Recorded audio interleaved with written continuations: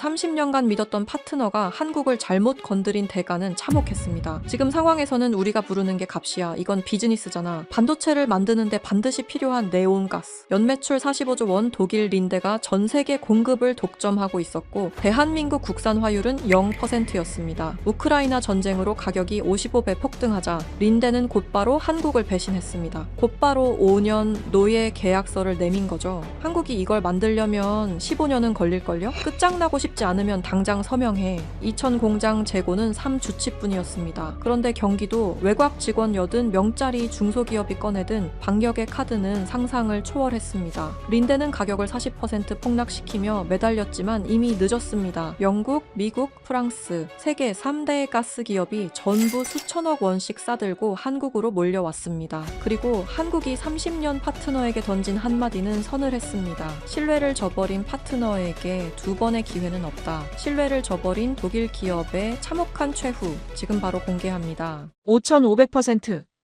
이 숫자가 뭔지 아십니까? 주식도 아니고 부동산도 아닙니다. 반도체를 만드는데 반드시 필요한 가스, 네온. 그 가격이 단 몇 주 만에 55배로 뛴 겁니다. 저는 윤태경입니다. SK하이닉스 이천 캠퍼스에서 특수가스 조달을 담당하는 사람이죠. 올해 38이고 이 일을 10년 넘게 해왔습니다. 가스 수급이라는 게 보통 때는 조용한 업무예요. 계약서 관리하고 납품 일정 체크하고 가끔 단가 협상하는 정도. 뉴스에 나올 일도 없고 회사에서 주목받을 일도 없는 자리입니다. 그런데 러시아가 우크라이나를 침공한 그날부터 제 전화기가 쉴 틈 없이 울리기 시작했습니다. 태경 씨, 네온가스 재고 현황 지금 바로 올려. 팀장의 목소리가 평소와 달랐어요. 떨리고 있었습니다. 저는 즉시 시스템에 접속해서 재고 현황을 확인했죠. 그리고 눈을 의심했습니다. 3주. 우리 이천 공장에 남은 네온가스 재고가 딱 3주치였어요. 3주가 지나면 생산 라인이 멈춥니다. 생산 라인이 멈추면 뭐가 되느냐? 전 세계 스마트폰, 노트북 서버, 자동차 반도체 공급에 구멍이 뚫리는 겁니다. SK하이닉스 하나만의 문제가 아니에요. 글로벌 공급망 전체가 흔들리는 거죠. 이 상황을 이해하려면 네온가스가 뭔지부터 아셔야 합니다. 반도체를 만들려면 실리콘 웨이퍼 위에 머리카락 굵기의 수천분의 1도 안 되는 미세한 회로를 새겨야 해요. 이 과정에서 극자외선, EUV라고 하는 특수한 빛을 쏘는데 이 빛을 만들어내는 레이저의 핵심 원료가 바로 네온가스입니다. 네온 없이는 빛을 못 쏘고 빛을 못 쏘면 회로를 못 새기고 회로를 못 새기면 반도체를 못 만듭니다. 그런데 이 네온가스가 세상에서 어디서 나오느냐? 제철소에서 쇳물 끓일 때 나오는 부산물에서 뽑아냅니다. 문제는 그 부산물을 정제해서 반도체에 쓸 수 있을 만큼 순수하게 만드는 기술을 가진 곳이 전 세계에 손에 꼽을 정도로 적다는 거예요. 그리고 전 세계 반도체용 고순도 네온의 상당 부분이 우크라이나 제철소에서 나오고 있었습니다. 러시아 미사일이 그 제철소들을 박살내고 있었어요. 공급이 끊기니까 가격이 미친 듯이 뛰었죠. 어제까지 리터당 몇만 원 하던 게 하루아침에 수백만 원이 됐습니다. 5,500% 폭등. 55배. 이게 무슨 의미냐면요. 여러분이 매일 먹는 쌀 한 포대가 5만 원인데 갑자기 275만 원이 된 거랑 같은 겁니다. 그것도 다른 데서 살 수가 없는 쌀이에요. 저는 당장 우리 메인 공급사인 독일 린데에 연락했습니다. 린데. 이 회사를 잠깐 설명해 드릴게요. 연매출 45조 원. 전 세계 80개국에 진출해 있고 직원만 6만 6천 명이 넘는 세계 1위 산업용 가스 기업입니다. 반도체에 들어가는 특수가스 시장에서 이 회사와 미국의 에어프로덕츠, 프랑스의 에어리퀴드, 이 세 곳이 수십 년간 시장을 과점해왔어요. 쉽게 말하면 세 명이 전 세계 반도체 가스 시장을 나눠 먹고 있었던 겁니다. 전화를 걸었더니 아시아 태평양 총괄인 클라우스 베버라는 독일인이 받았습니다. 저는 최대한 차분하게 말했어요. 클라우스, 상황이 급합니다. 추가 물량을 확보해 주셔야 합니다. 가격은 협의하겠습니다. 전화기 너머로 잠깐 침묵이 흘렀어요. 그리고 그가 느릿느릿 대답했습니다. 태경, 지금 전 세계 모든 반도체 회사에서 같은 전화가 오고 있어. 인텔, TSMC, 삼성. 다 줄 서 있는 거야. 물량이 없어. 없다니요. 린데가 전 세계 최대 공급사지 않습니까? 그러니까 말이야. 물량을 배분해야 하는 상황인데 당연히 우리한테 유리한 조건을 제시하는 쪽이 우선이겠지. 유리한 조건. 그 말이 뭘 의미하는지 저는 바로 알아챘습니다. 가격을 올리겠다는 거예요. 그것도 자기들이 원하는 만큼. 구체적으로 얼마를 원하시는 겁니까? 클라우스가 웃었어요. 전화기 너머로 코웃음 치는 게 들렸습니다. 태경, 솔직히 말할게. 지금 상황에서는 우리가 부르는 게 값이야. 이건 비즈니스잖아. 저는 이를 악물었습니다. 비즈니스.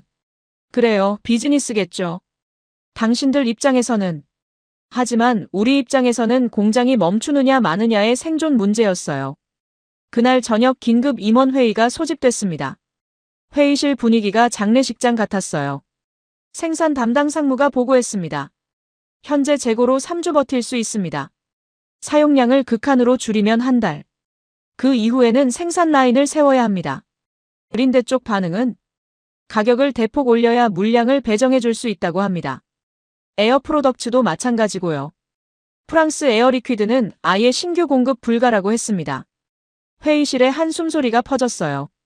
누군가 중얼거렸습니다. 결국 걔네들 손바닥 위인 거야. 맞는 말이었어요. 우리는 수십 년간 이 가스를 100% 해외에서 수입해왔습니다.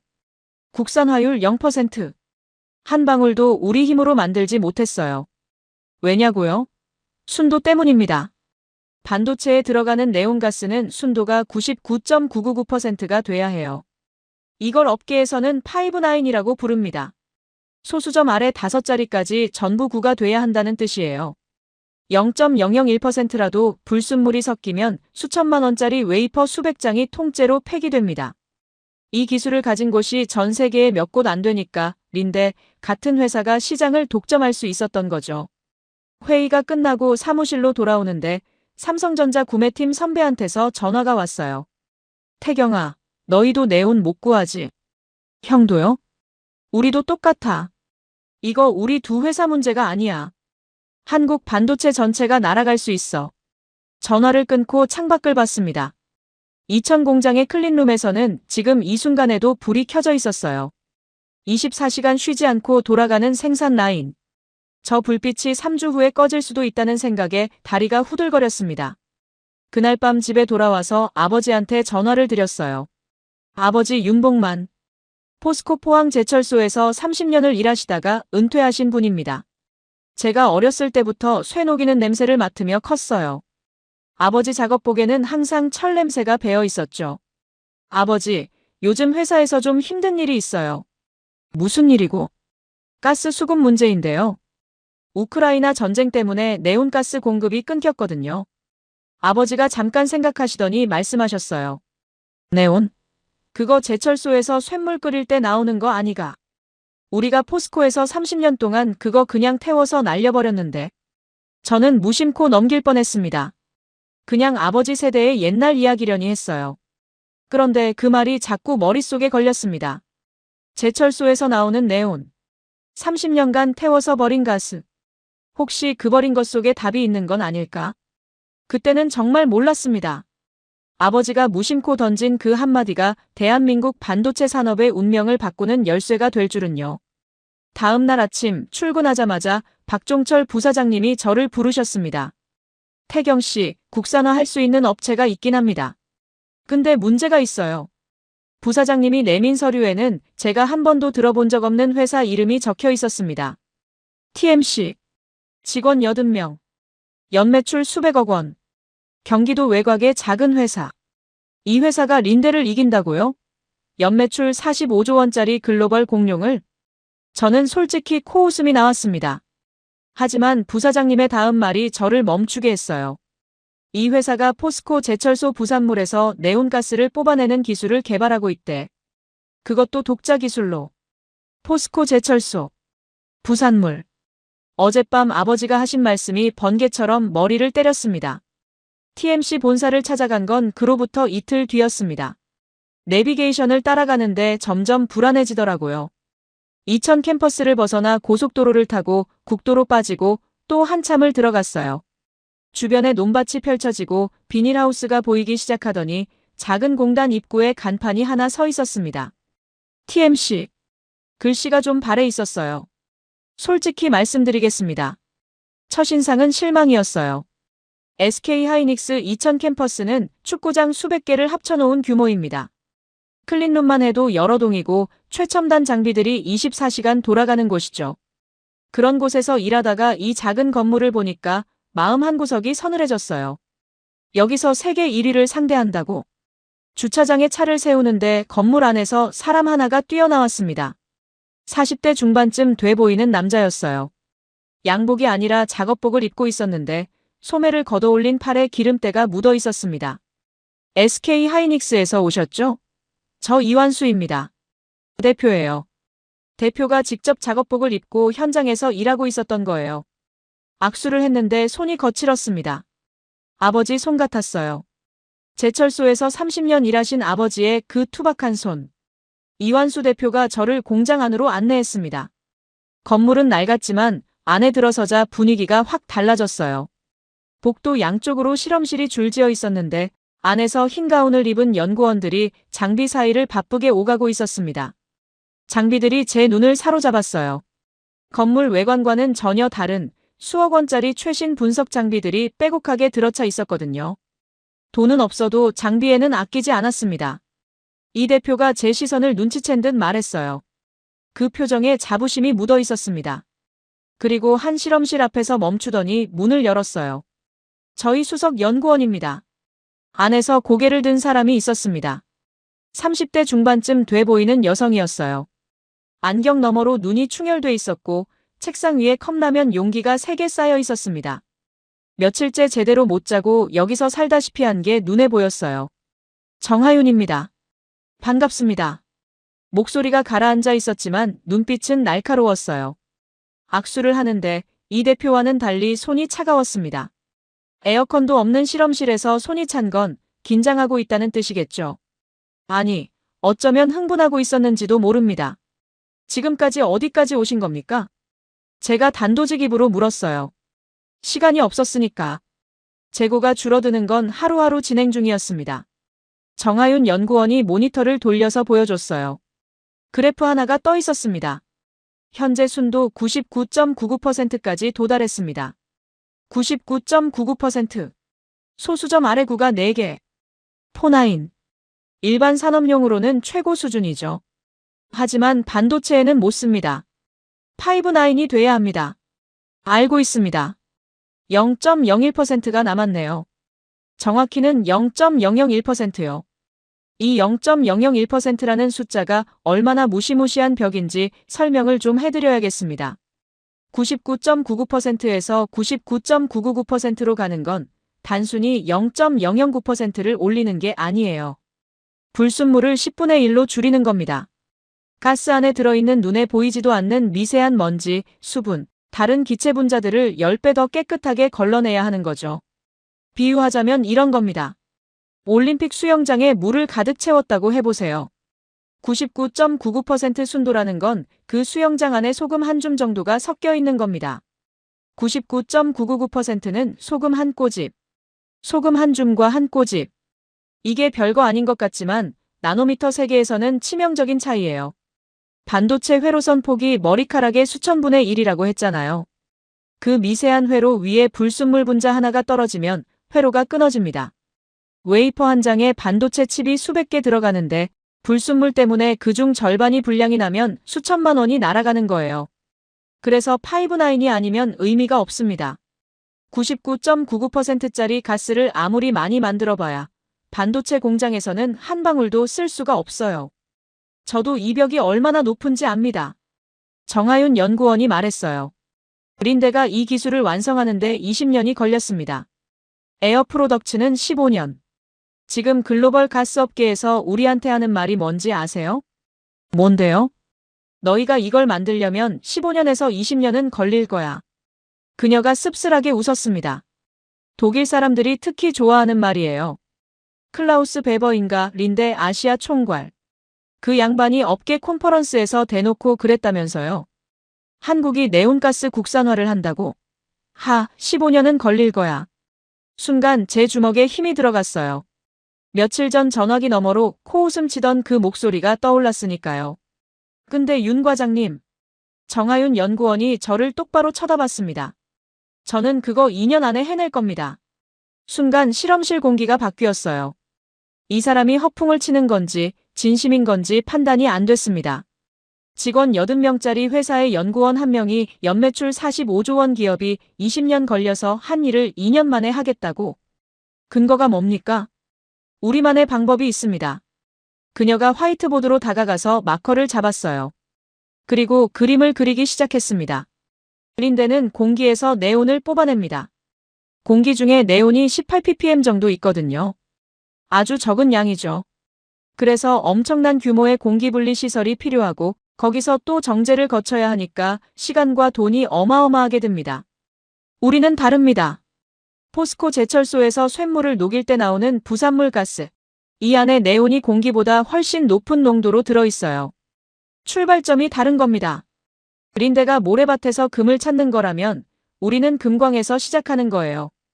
아버지가 말씀하셨던 게 떠올랐습니다. 30년 동안 그냥 태워서 날려버렸는데 그렇게 버려진 가스 속에 금이 들어있었던 겁니다. 하지만 농도가 높다고 순도가 올라가는 건 아니잖습니까? 맞습니다. 그래서 제가 3년간 매달린 게 정제 기술이에요. 극저온 분별 증류와 흡착 정제를 결합한 독자 공정을 개발했습니다. 이론적으로는 5-9까지 도달 가능합니다. 이론적으로요? 네. 이론적으로는요. 거기서 그녀의 눈빛이 달라졌어요. 날카롭던 눈이 갑자기 간절해졌습니다. 문제는 실험실하고 실제 양산이 다르다는 겁니다.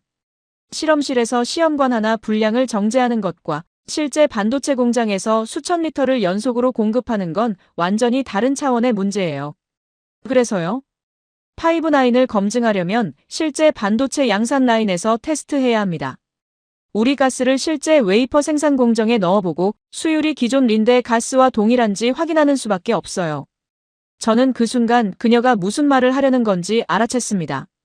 SK 하이닉스 양산 라인을 열어달라는 겁니까? 정하윤 연구원이 고개를 끄덕였어요. 수백억 원어치 웨이퍼가 돌아가는 실제 생산 라인에 검증도 안 된 중소기업 가스를 넣어보겠다는 거예요. 실패하면 그 웨이퍼 전부 폐기입니다. 알고 있습니다. 그래서 드리는 부탁이에요. 조용히 듣고 있던 이완수 대표가 입을 열었습니다. 윤 과장님, 우리한테도 목숨이 걸린 일입니다. 이거 안 되면 우리 회사가 망하는 거예요. 그런데 대한민국 반도체가 외국 회사 손바닥 위에서 놀아나는 꼴을 더 이상 보고 있을 수가 없었습니다. 공장을 나서는 길에 머리가 복잡했어요. 기술은 가능성이 있다. 하지만 리스크가 너무 크다. 성공하면 역사가 바뀌고 실패하면 수백억이 날아간다. 차에 시동을 걸려는데 핸드폰이 울렸습니다. 삼성전자 구매팀 선배였어요.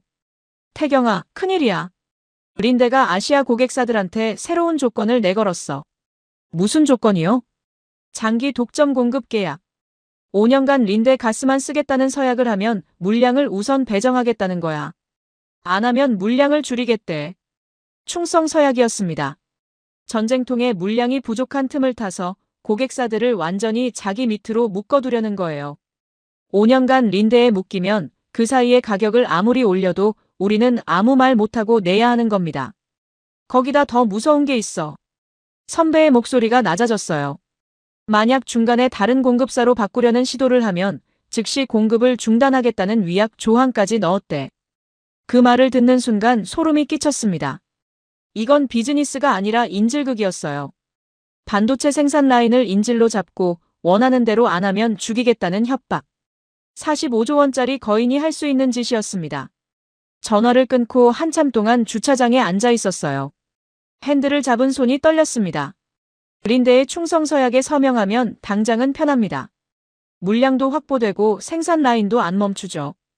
대신 5년간, 아니 어쩌면 영원히 그들의 손바닥 위에서 살아야 해요. TMC를 믿고 양산 라인을 열면 실패할 경우 수백억이 날아갑니다. 제 커리어도 끝이에요. 이천 캠퍼스로 돌아오는 길에 부사장님 방 앞을 지나갔습니다. 문이 살짝 열려 있었어요. 안에서 전화통화 소리가 들렸습니다. 네, 클라우스. 걱정 마세요. 아직 결정된 건 없으니까. 저는 그 자리에서 걸음을 멈췄습니다. 부사장님이 린데의 클라우스와 직접 통화를 하고 있었어요. 목소리가 조심스러웠습니다. 마치 상대방을 안심시키려는 듯한. 가슴이 서늘해졌습니다.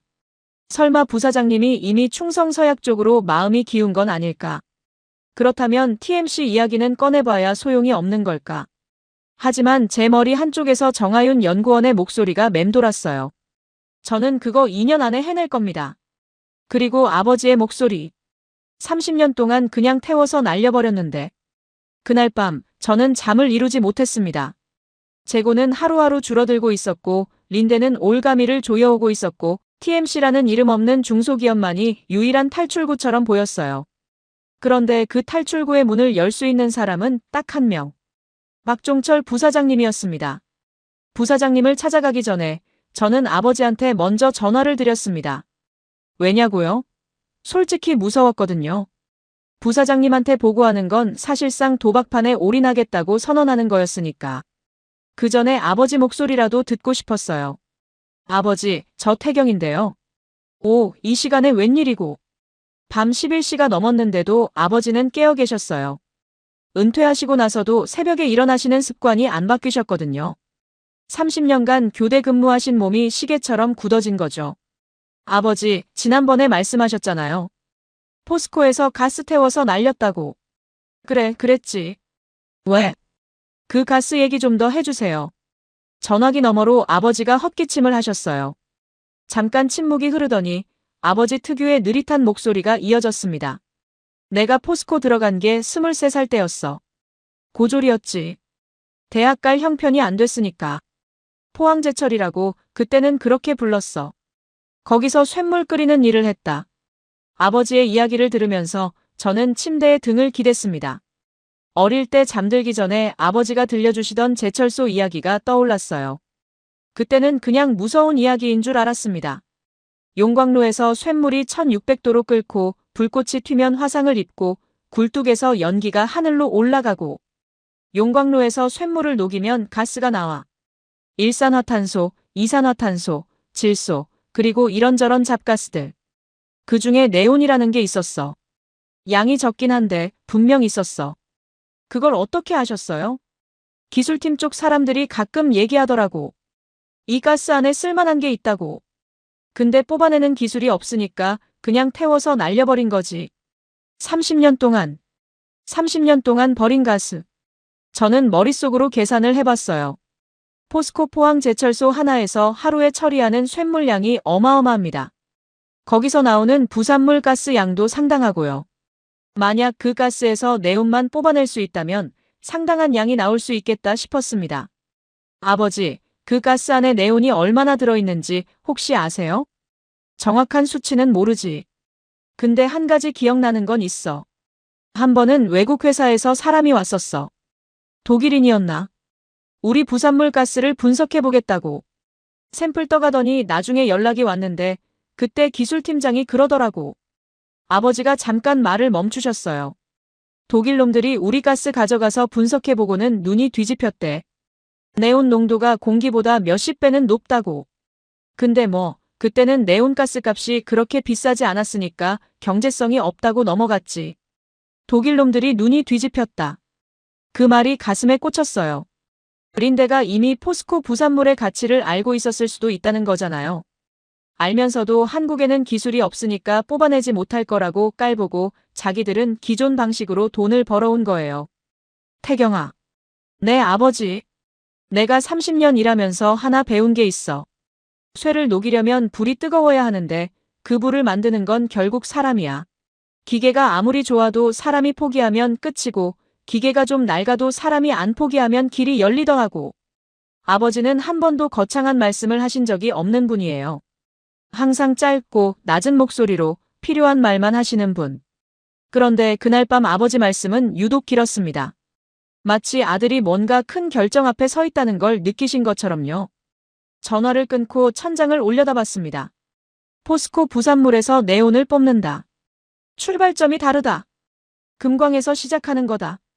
정하윤 연구원의 말이 아버지의 말과 하나로 연결됐어요. 아버지 세대가 30년간 쇳물을 끓이며 버렸던 것. 그 안에 아들 세대의 반도체를 살릴 열쇠가 들어있었다니. 우연이라고 하기엔 너무나 기막힌 연결이었습니다. 다음 날 아침, 저는 출근하자마자 TMC 관련 자료를 전부 정리했습니다.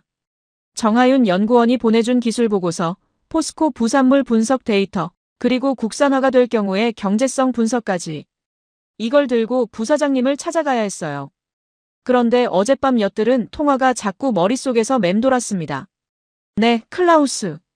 걱정 마세요. 부사장님이 이미 린데 쪽으로 기울어져 있으면 아무리 좋은 자료를 들고 가봐야 소용이 없어요. 점심때 팀장한테 넌지시 물어봤습니다. 팀장님, 부사장님 린데 충성 서약권에 대해서 어떻게 생각하세요? 팀장이 젓가락을 내려놓으며 한숨을 쉬었어요. 태경 씨, 윗선에서는 안정적인 길을 원해. 린데랑 5년 계약 맺으면 당장 물량 걱정은 없거든. 리스크가 없어. 대신 5년간 그들 손바닥 위에서 사는 거잖아요. 그걸 모르겠나. 근데 반대로 물어볼게. 직원 80명짜리 회사가 만든 검증 안 된 가스를 우리 양산 라인에 넣다가 폭삭 망하면 그 책임은 누가 져? 저는 대답을 못했습니다. 팀장 말도 맞았으니까요. 이건 기술의 문제가 아니라 책임의 문제였어요.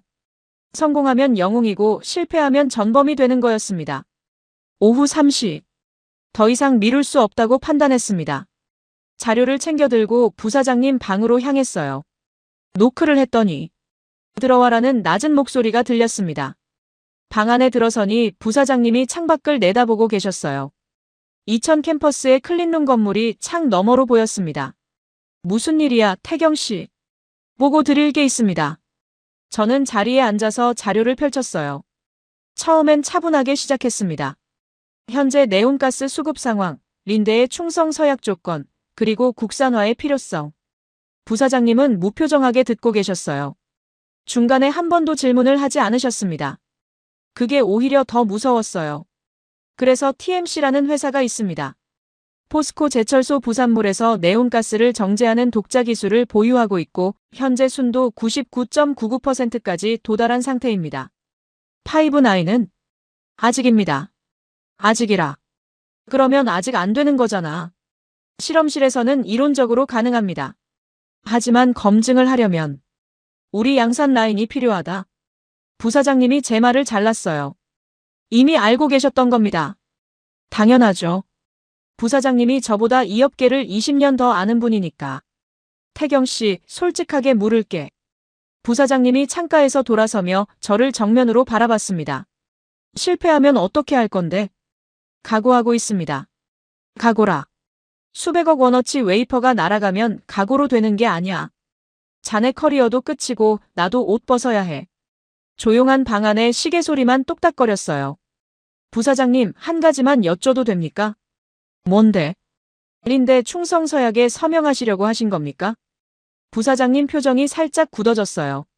제가 어젯밤 통화를 엿들었다는 걸 눈치채신 건지 아닌지 모르겠습니다. 한참 침묵이 흘렀어요. 그리고 부사장님이 입을 여셨습니다. 클라우스한테 전화한 건 시간을 벌려고 한 거야. 서약 안 하겠다고 하면 당장 물량을 줄이겠다고 협박하니까 일단 검토 중이라고 해둔 거지. 저는 순간 부끄러웠습니다. 부사장님을 의심했던 제가요. 이분도 속으로는 굴욕감을 느끼고 계셨던 거예요. 45조 원짜리 회사의 눈치를 보면서 시간을 벌어야 하는 이 상황이요. 태경 씨, 나도 이 꼴이 싫어. 내가 이 업계에서 25년을 일했는데 가스 하나 우리 힘으로 못 만들어서 독일놈한테 굽실거려야 하는 게. 부사장님이 책상 서랍을 열더니 서류 하나를 꺼냈습니다. 린데가 보낸 충성 서약서였어요. 아직 서명은 안 돼 있었습니다. 이거 서명하면 편해. 5년간 물량 걱정 없고 가격도 어느 정도 예측 가능하고. 근데 부사장님이 서약서를 탁 내려놓았어요. 5년 후에는 어떻게 되겠어? 계약 끝나면 또 가격 올리겠지. 10년, 20년 이러면 영원히 그놈들 밑에서 기어다니는 거야. 그러니까 지금 끊어야 합니다. 근데 리스크가. 부사장님. 저는 심호흡을 한번 하고 말했습니다. 포스코에서 30년 일하신 제 아버지가 그러셨어요. 기계가 낡아도 사람이 안 포기하면 길이 열린다고. TMC 사람들 만나보셨으면 합니다. 직접 보시면 판단이 달라질 수 있습니다. 부사장님이 저를 한참 동안 바라보셨어요. 그리고 말씀하셨습니다. 좋아. 내가 직접 가보지. 사흘 후 박종철 부사장님이 직접 TMC를 방문했습니다. 저도 동행했어요. 이완수 대표와 정하윤 연구원이 마중을 나왔습니다. 부사장님은 말없이 공장 구석구석을 돌아보셨어요. 실험실 장비들을 꼼꼼히 살피고 연구 데이터를 확인하고 직원들한테 직접 질문을 던지셨습니다. 이 시간이 넘는 방문이 끝나고 부사장님이 이완수 대표에게 물었어요. 이 대표 실패하면 어떻게 할 겁니까? 이완수 대표가 주저없이 대답했습니다. 망하면 제가 전 재산으로 갚겠습니다. 제 집, 제 차, 제 모든 걸 걸겠습니다. 부사장님이 고개를 끄덕였어요. 그리고 차에 오르면서 저한테 딱 한마디 하셨습니다. TMC 라인 테스트 준비해. 심장이 쿵 내려앉았습니다. 드디어 문이 열린 거예요. 하지만 동시에 등줄기가 서늘해졌습니다. 이제부터 진짜 시작이니까요. 수백억 원어치 웨이퍼가 걸린 실패가 허용되지 않는 시험. 그 시험의 결과에 대한민국 반도체의 미래가 달려 있었습니다. 부사장님이 결단을 내리긴 했지만 바로 양산 라인을 열어준 건 아닙니다. 당연하죠. 수백억이 걸린 일인데. 좋아, 바로 해 이렇게 될 리가 없어요. 먼저 사전 검증 단계를 거쳐야 했습니다. TMC가 만든 가스 샘플을 SK 하이닉스 품질 분석팀에 보내서 기본적인 성분 분석부터 통과해야 하는 거죠. 2단계에서 탈락하면 양산 라인 테스트고 뭐고 없습니다. 정하윤 연구원에게 연락했어요. 정 연구원님, 샘플 보내주실 수 있습니까? 우리 품질팀에서 먼저 분석하겠습니다. 준비돼 있습니다. 내일 보내드리죠. 그녀의 목소리에 망설임이 없었어요. 기다렸다는 듯이. 다음 날 TMC에서 보낸 가스 실린더가 도착했습니다. 은색 실린더에 빨간 라벨이 붙어 있었어요. 거기에 손글씨로 이렇게 적혀 있었습니다. 시료번호 H-47. 네온 순도 99.99%. 밑에 정하윤이라는 서명. 품질 분석팀에 맡기고 결과를 기다렸어요. 사흘이 걸렸습니다. 그 사흘이 얼마나 길었는지 모릅니다. 밤에 눈을 감아도 은색 실린더가 떠올랐어요. 사흘째 되는 날 오후 품질 분석팀장한테서 전화가 왔습니다. 윤 과장님, 결과 나왔습니다. 어떻습니까? 순도 99.99% 확인됐고요. 불순물 프로파일도 나쁘지 않습니다. 다만 파이브나인에는 아직 도달 못했어요. 99.993% 정도. 0.006%가 부족합니다. 0.006%. 숫자만 보면 별거 아닌 것 같지만 이게 양산 라인에 들어가면 수율에 직접 영향을 미치는 수치입니다.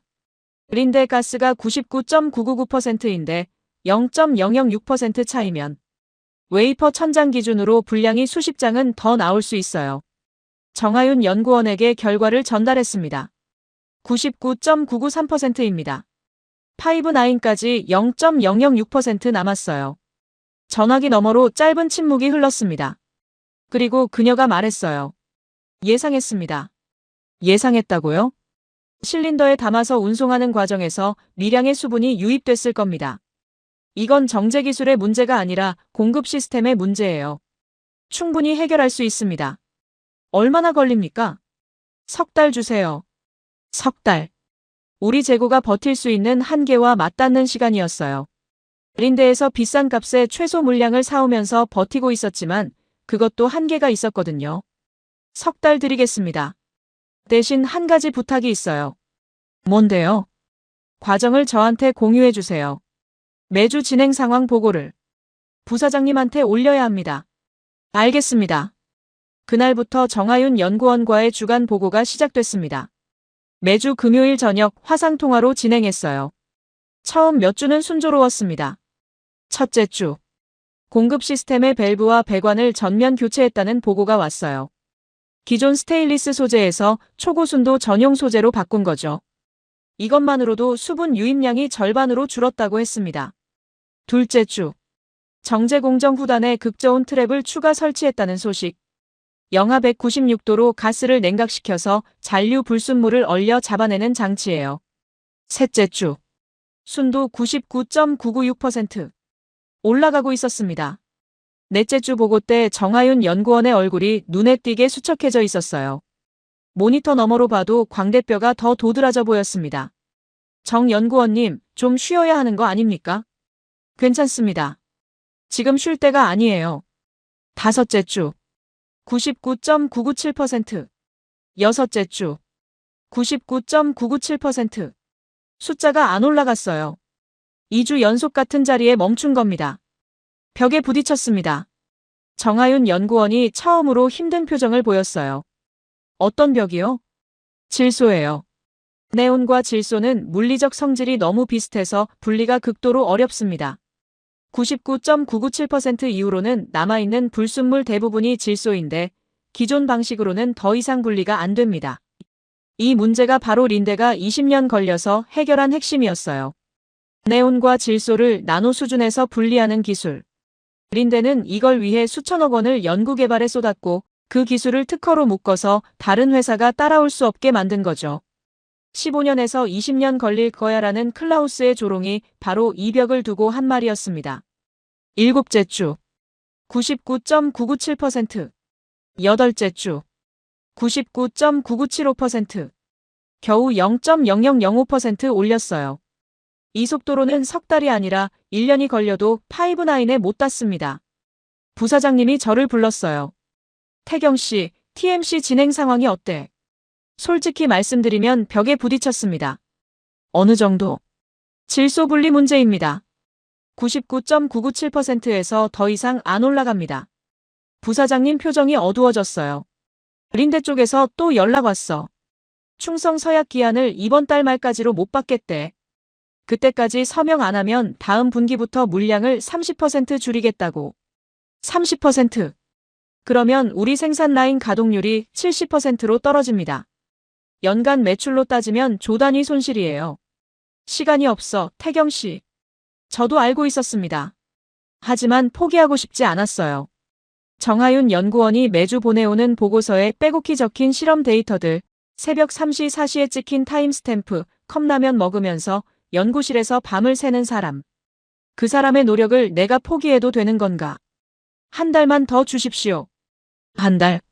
한 달 안에 5-9을 찍으면 양산 라인 테스트로 넘어가고 못 찍으면 린데 서약에 서명하겠습니다. 부사장님이 한참을 저를 바라보시다가 고개를 끄덕이셨어요. 마지막이야. 사무실로 돌아와서 바로 정하윤 연구원에게 전화했습니다. 정 연구원님, 한 달입니다. 한 달 안에 5-9을 못 찍으면 이 프로젝트는 끝납니다. 전화기 너머로 숨쉬는 소리만 들렸어요. 한참 만에 그녀가 말했습니다. 알겠습니다. 방법을 바꿔야겠어요. 어떻게요? 지금까지는 린데 방식을 따라가려고 했어요. 극저온 증류로 네온과 질소를 분리하는 방식. 근데 이건 린데가 20년 쌓아온 노하우가 있으니까 가능한 거지. 우리가 따라하기엔 시간이 없습니다. 그러면 아예 다른 접근을 해야 합니다. 린데 방식을 따라가지 않고 우리만의 길을 뚫어야 해요. 그 주 주말 정하윤 연구원한테서 새벽 2시에 문자가 왔습니다. 윤 과장님, 아이디어가 있습니다. 내일 아침에 통화 가능하세요? 다음 날 아침 전화를 했더니 그녀의 목소리가 완전히 달라져 있었어요. 피곤하지만 흥분돼 있었습니다. 극저온 증류 대신에 멤브레인 분리 기술을 결합하려고 합니다. 멤브레인이요? 아주 미세한 구멍이 뚫린 특수막을 통과시키는 건데 네온과 질소의 분자 크기 차이를 이용하는 거예요. 단독으로는 안 되지만 극저온 증류 후에 2차 정제로 멤브레인을 추가하면 이론적으로 5-9까지 갈 수 있습니다. 그 멤브레인 기술은 검증된 겁니까? 반도체 가스 정제에 쓴 적은 없어요. 제가 처음 시도하는 겁니다. 처음 시도. 또 한 번의 도박이었어요. 하지만 시간이 없었습니다. 해보세요. 2주가 지났습니다. 99.998%. 올라가고 있었어요. 느리지만 확실하게. 3주째. 새벽 3시 17분. 핸드폰이 울렸습니다. 정하윤 연구원이었어요. 윤 과장님. 목소리가 떨리고 있었습니다. 찍었어요. 99.999%. 5-9 찍었습니다. 저는 침대에서 벌떡 일어났습니다. 진짜요? 네. 방금 분석기에서 확인했어요. 3번 연속 측정해서 3번 다 99.999%가 나왔습니다. 전화기를 잡은 손이 떨렸어요. 진짜 된 거야? 이 작은 회사에서 독일이 20년 걸린 걸 이 사람들이 정말로? 축하합니다, 정 연구원님. 아직 아닙니다. 그녀가 흥분을 억누르며 말했어요. 이건 실험실 결과예요. 시험관 하나 분량입니다. 이걸 수천 리터 규모로 연속 생산하면서도 파이브나인을 유지할 수 있는지는 아직 모릅니다. 맞는 말이었어요. 실험실에서 되는 것과 대량 생산해서 되는 건 완전히 다른 문제니까요. 요리에 비유하면 집에서 라면 하나 끓이는 것과 군부대 식당에서 1000명분을 한꺼번에 끓이는 것의 차이라고 할까요? 간이 달라지고 면 붓는 속도가 달라지고 뭐 하나 빠뜨리면 전부 망하는 거죠. 그래서 양산 라인 테스트가 필요한 겁니다. 실제 반도체 생산 공정에서 우리 가스가 린데 가스와 동일한 수율을 낼 수 있는지 이걸 증명해야 합니다. 저는 바로 부사장님께 보고 드렸어요. 파이브나인 달성했습니다. 실험실 수준이지만 3번 연속 확인됐습니다. 부사장님이 잠시 눈을 감으셨어요. 그리고 눈을 뜨시며 말씀하셨습니다. 좋아. 2000 M16 라인을 열겠다. 대신 태경 씨. 네. 실패하면 자네가 책임져. 네. 한 글자도 망설이지 않았어요. 이미 각오한 거였으니까. 그런데 그 라인이 어떤 라인인지를 알면 제가 얼마나 무모한 대답을 한 건지 이해하실 겁니다. M16 라인. SK 하이닉스의 최신 디램 양산 라인이에요. 여기서 돌아가는 웨이퍼 한 장 가격이 수천만 원입니다. 하루에 처리되는 웨이퍼가 수백 장이에요. 이 라인에 검증 안 된 가스를 넣는다는 건 하루에 수십억 원어치를 걸고 주사위를 굴리는 거나 마찬가지였습니다. 정하윤 연구원에게 전화했어요. M16 라인이 열렸습니다. 전화기 너머로 숨이 멈추는 소리가 들렸어요. 진짜요? 다음 주부터 가스 공급 준비 들어가 주세요.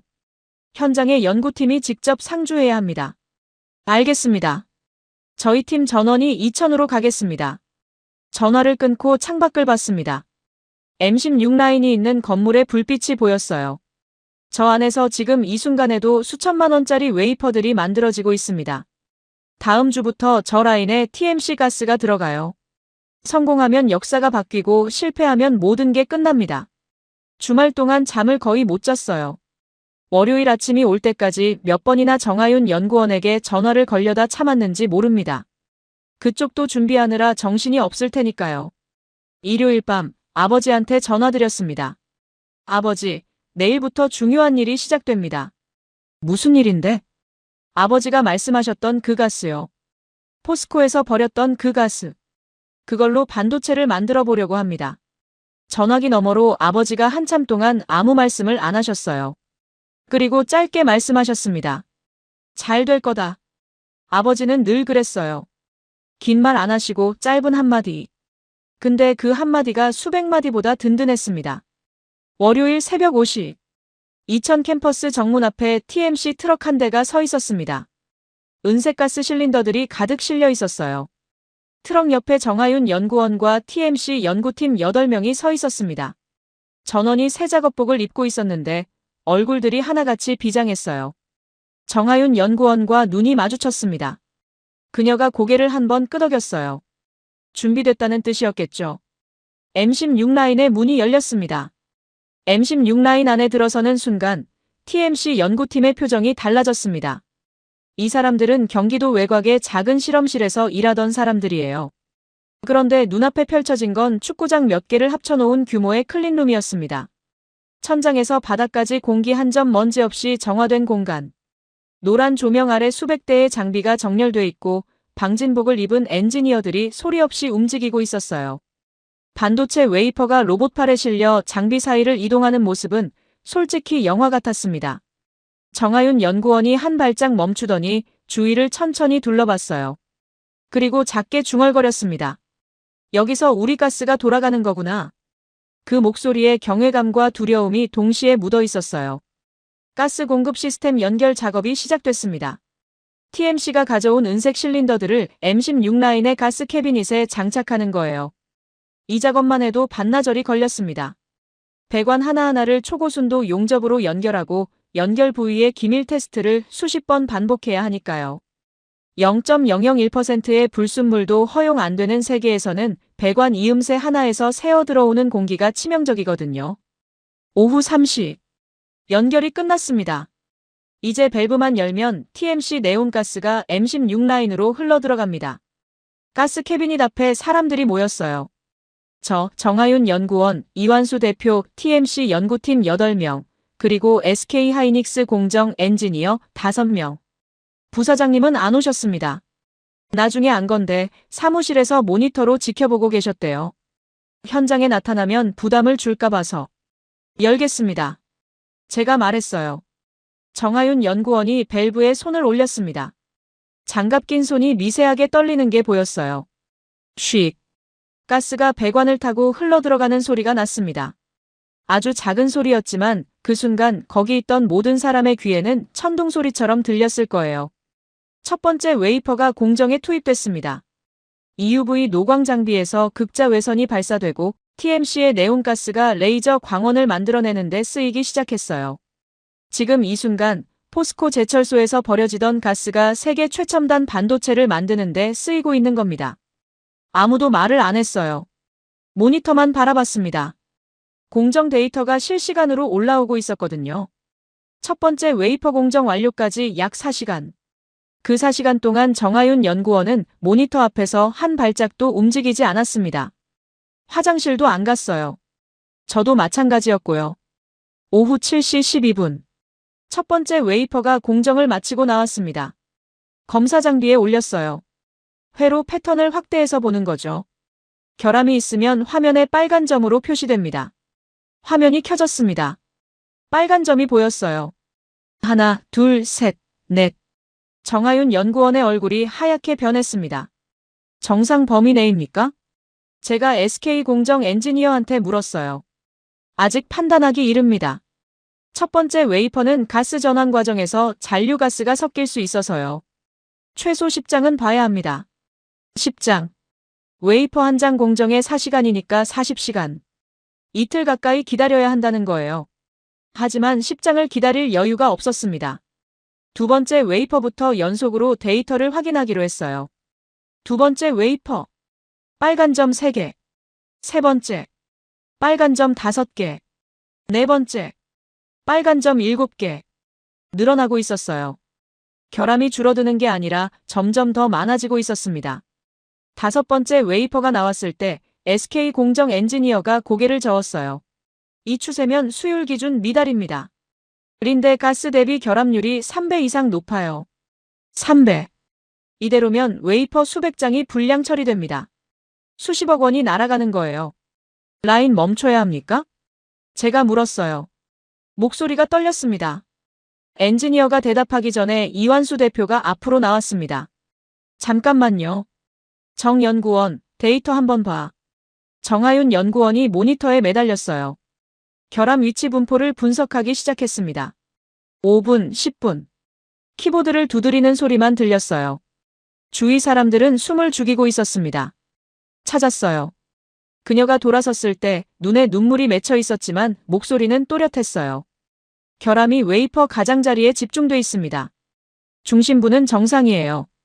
이건 가스 순도 문제가 아니라 가스 공급 유량의 문제입니다. 유량이요? 저희가 실험실에서 설정한 유량과 실제 양산 라인의 유량 사이에 차이가 있었어요. 라인이 요구하는 유량보다 저희 공급이 미세하게 적었던 거예요. 그래서 웨이퍼 가장자리까지 가스가 균일하게 퍼지지 못한 겁니다. 고칠 수 있습니까? 공급 압력을 0.3기압만 올리면 됩니다. 배관 밸브 세팅만 바꾸면 돼요. 30분이면 충분합니다. 확실합니까? 정하윤 연구원이 저를 똑바로 쳐다봤어요. 확실합니다. 저는 결정을 내려야 했습니다. 라인을 멈추고 철수하느냐 아니면 한 번 더 가느냐. 그때 이완수 대표가 앞으로 나서며 SK 엔지니어들을 향해 말했어요. 한 번만 더 기회를 주십시오. 목소리가 단단했습니다. 하지만 그 단단한 목소리 끝이 아주 미세하게 갈라졌어요. 직원 80명의 운명을 걸고 있는 사람의 목소리였습니다. 실패하면 폐기되는 웨이퍼 전량, TMC가 배상하겠습니다. 제 개인 재산까지 전부 걸겠습니다. 옆에 있던 TMC 연구원 한 명이 울먹이며 말했어요. 대표님, 그러면 회사가 됐어. 이완수 대표가 짧게 잘랐습니다. 주위가 조용해졌어요. SK 엔지니어들이 서로 눈치를 보고 있었습니다. 이건 내 권한 밖의 일이라는 표정이었죠. 저는 핸드폰을 꺼내 부사장님께 전화를 걸었습니다. 부사장님, 첫 번째 테스트에서 결함이 발생했습니다. 전화기 너머로 짧은 한숨이 들렸어요. 원인은 파악했습니다. 가스 순도가 아니라 공급 유량 세팅 문제입니다. 수정 후 재테스트를 요청드립니다. 실패하면 TMC 측이 전량 배상하겠다고 했습니다. 그리고 저는 심호흡을 한 번 했어요. 저도 책임지겠습니다. 3초쯤 침묵이 흘렀을까요? 부사장님이 말씀하셨습니다. 마지막이야, 태경 씨.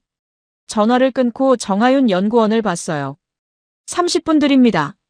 그녀가 고개를 끄덕이고 배관 밸브 쪽으로 뛰어갔습니다.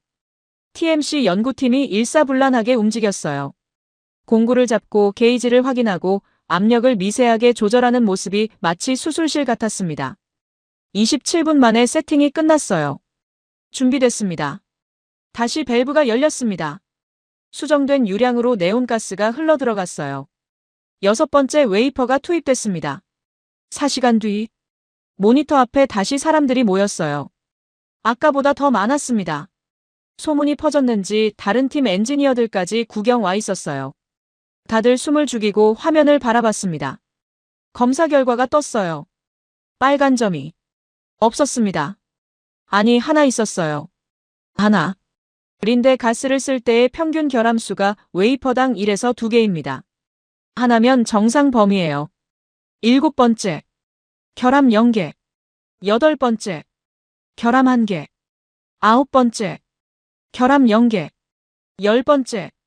결함 0개. 정하윤 연구원이 비명을 질렀어요. 저는 심장이 멈추는 줄 알았습니다. 무슨 비명인지 순간 판단이 안 됐거든요. 기쁨인지 절망인지. 그녀가 두 손으로 얼굴을 감싸며 주저앉았어요. 어깨가 들썩이고 있었습니다. 울고 있었어요. 됐어요. 됐어요. 린데랑 똑같아요. 이완수 대표가 그녀 옆에 무릎을 꿇었어요. 아무 말 없이 등을 두드렸습니다. 그 투박한 손이. TMC 연구원들이 하나둘 울기 시작했어요. 실험실에서 밤을 새고 컵라면으로 끼니를 때우고 99.997%에서 벽에 부딪혀 절망하고 그래도 포기하지 않았던 사람들. 그 사람들의 눈물이었습니다. SK 엔지니어들은 처음에 멀뚱히 바라보고 있었어요. 그러다가 한 명이 박수를 치기 시작했습니다. 2명, 3명. 클린룸 안에 박수 소리가 울렸어요. 저는 핸드폰을 들어 부사장님께 문자를 보냈습니다. 성공했습니다. 10장 연속 린데 동등 수율 확인. 1분도 안 돼서 답장이 왔어요. 수고했다. 딱 3글자. 하지만 그 3글자가 수백 마디보다 무거웠습니다. 밤 11시가 넘어서 클린룸을 나왔어요. 밖에 나오니 차가운 밤바람이 얼굴에 부딪혔습니다.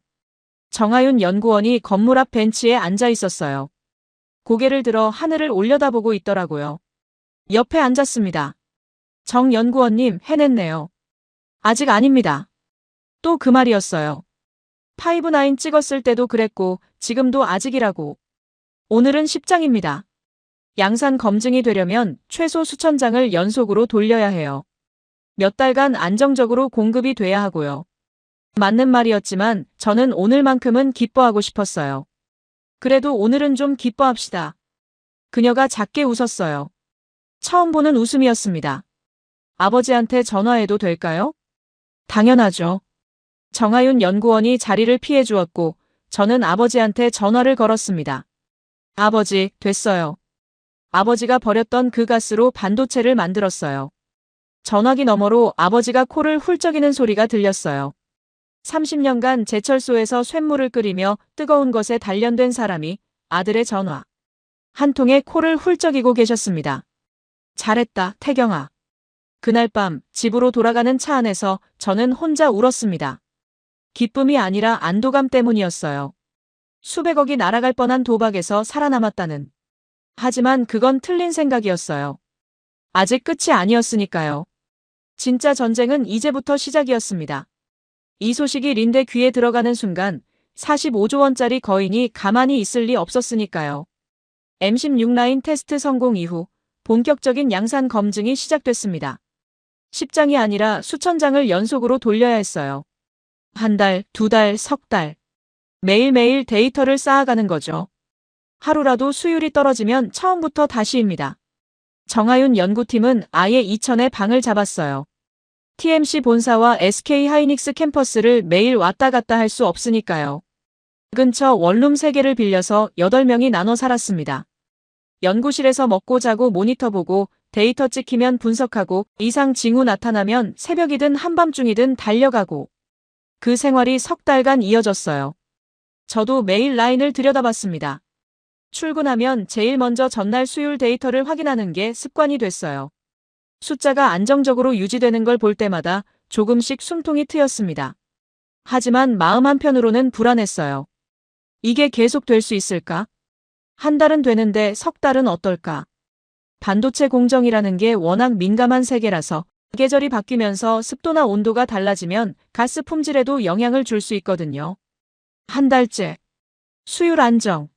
린데 가스와 동등. 두 달째. 수율 안정. 일부 구간에서 린데보다 미세하게 좋은 결과가 나오기도 했어요. 통계적 오차 범위 내이긴 했지만 정하윤 연구원은 그것조차 놓치지 않고 데이터에 기록했습니다. 석 달째 되는 날 부사장님이 양산 검증 최종 보고회를 소집했습니다. 회의실에 들어서니 평소와 분위기가 달랐어요. 부사장님뿐만 아니라 생산본부장, 품질 담당 임원, 구매본부장까지 와 있었습니다. 테이블 끝에 이완수 대표와 정하윤 연구원이 앉아 있었어요. 정하윤 연구원은 석 달 만에 처음으로 정장을 입고 있었습니다. 작업복이 아닌 그녀의 모습이 낯설었어요. 품질 담당 임원이 보고를 시작했습니다. 3개월간 총 웨이퍼 4,800장 처리. 평균 수율 린데 가스 대비 동등. 결합률 차이 통계적 유의미하지 않음. 결론, 양산 적용 가능합니다.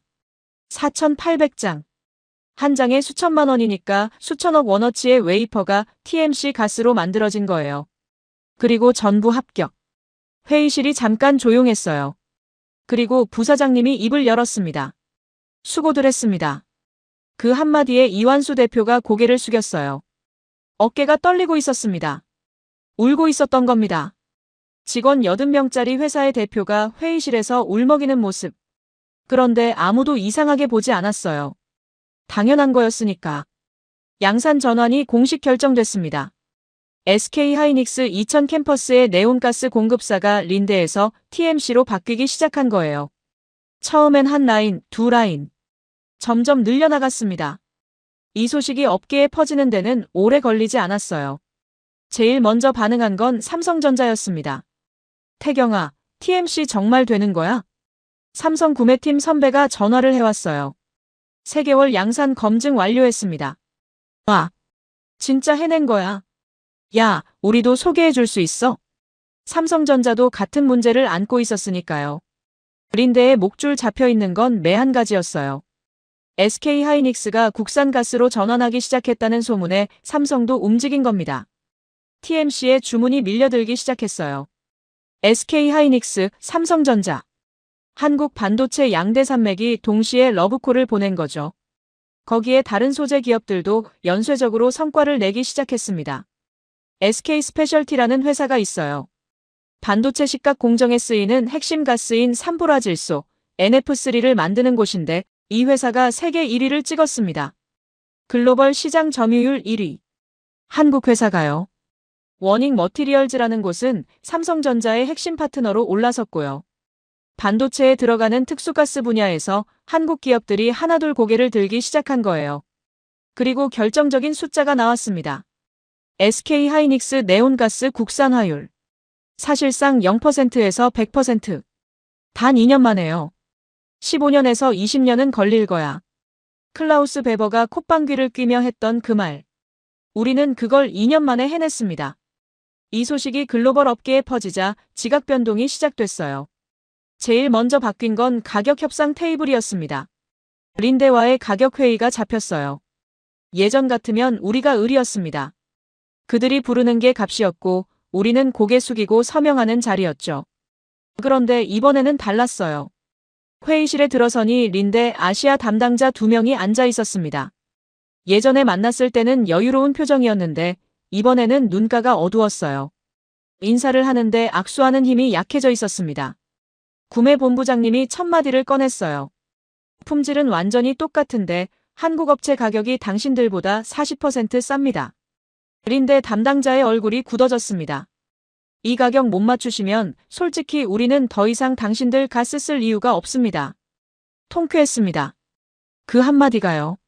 몇 달 전까지 우리가 부르는 게 값이야라고 했던 사람들한테 거꾸로 당신들 필요 없어라고 말하는 거였으니까요. 린데 담당자가 뭐라고 했는지 아십니까? 아무 말도 못했어요. 고개를 숙이고 노트북 화면만 바라봤습니다. 그게 다였어요. 예전에 한국은 대안이 없잖아라며 웃던 그 여유는 온데간데 없었습니다. 회의가 끝나고 복도에서 구매본부장님이 저한테 말씀하셨어요. 태경 씨, 오늘 이 자리가 가능했던 건 TMC 덕분이야. 그 사람들한테 고맙다고 전해. TMC의 매출이 폭발적으로 올라갔습니다. SK하이닉스, 삼성전자, 그리고 다른 반도체 회사들까지 주문이 쏟아졌어요.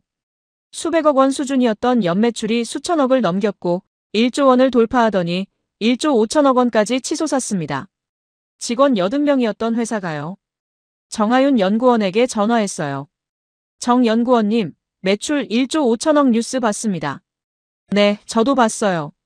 근데 솔직히 실감이 안 나요. 아직도 저는 매일 실험실에서 데이터 보고 있거든요. 축하드립니다. 감사합니다. 근데 윤 과장님. 네. 가스 회수 기술 개발도 시작했어요. 한번 쓴 가스를 90% 이상 회수해서 재활용하는 기술이요. 이것까지 되면 원가가 더 떨어지고 환경 문제도 해결됩니다. 이 사람은 정말 멈추지 않는 사람이었어요.